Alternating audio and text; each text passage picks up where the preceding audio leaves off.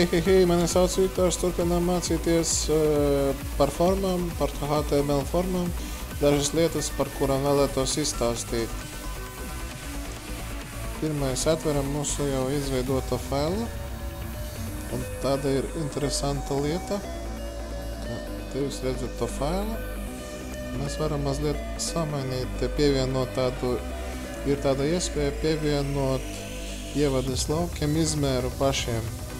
Tas ir size, tiek izmantots atribūts size, saglabājam, atjaunojam, redziet, rezultāts ir redzams, tālāk parunāsim tādu lietu par izvēles rūtiņām.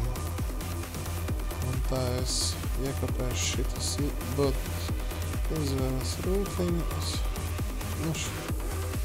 tā saucamie checkboxi. Iekopēju savā failā. Un te ir tāda lieta, tāds parametrs, tā saucamais checked. Tas nozīmē, ka jau, kad jūs atvērsiet to lapu, tad tur jau ceksītīs būs iekšā. Tā. Saglabājam. Atjaunojam. Un redziet, tur, kur heavy carry jau pēc noklusējuma ir ielikts ceksītis. Tā. Pirms runāt par submit pogu, parunāšu par dažām labam iespējām, kas ir saistītas ar formu. Un tie ir tā saucamie field set. Field set. Un tur, kur mēs, lai sadalītu formas ievadi, ir iespējams izmantot doto tegu. Mēs tagad saglabājam, atjaunojam, redziet, tur, kur mēs ieliekam to field set. Un vēl ir labs teksts arī tieši field setam, tā ir legenda.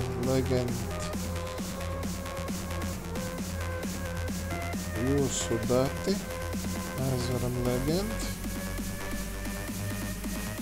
saglabājam. Redziet, jā, te ir parādījies jūsu dati. Te pat var ar lielo burtu pierakstīt, lai tā būtu smulkāk. Saglabājam.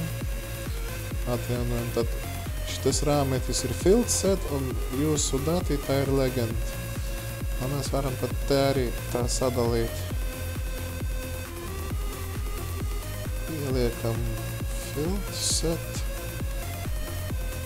Uzreiz legend varam pierakstīt. Parametri. Un pašās beigās aizverošo field set. Saglabājam. Atjaunojam. Rekortāts. Tā ir tā lieta, ko vēlos jums izstāstīt. Tā vēl. Un viena no svarīgākām lietām, protams, tā ir, ka mums jābūt pogai, kur nosūtīt tos datus uz serveri. Un tā poga izskatās sekojoši. Input type, un mēs starp citu ieliksim divas pogas. Tagad jūs sapratīsiet, kāpēc. Te ir submit, nosūtīt datus, un vēl viena reset, un te arī būs reset.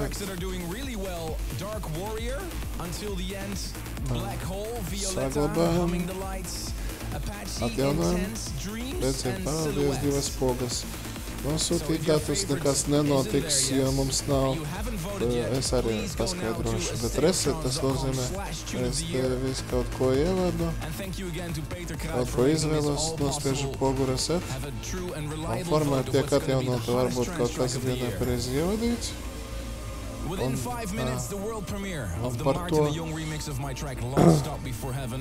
par to lietu vēl jāparunā, ka, ja vēlaties, lai formā atsūtītu kaut kādus datus, tad mums ir nepieciešams tāds parametrs action saucās.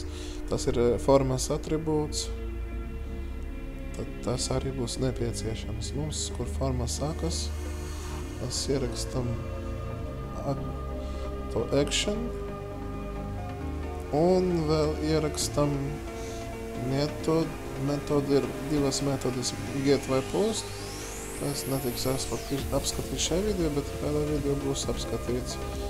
Saglabājam, atjaunojam mūsu failu un tad ievadam kaut kādus datus.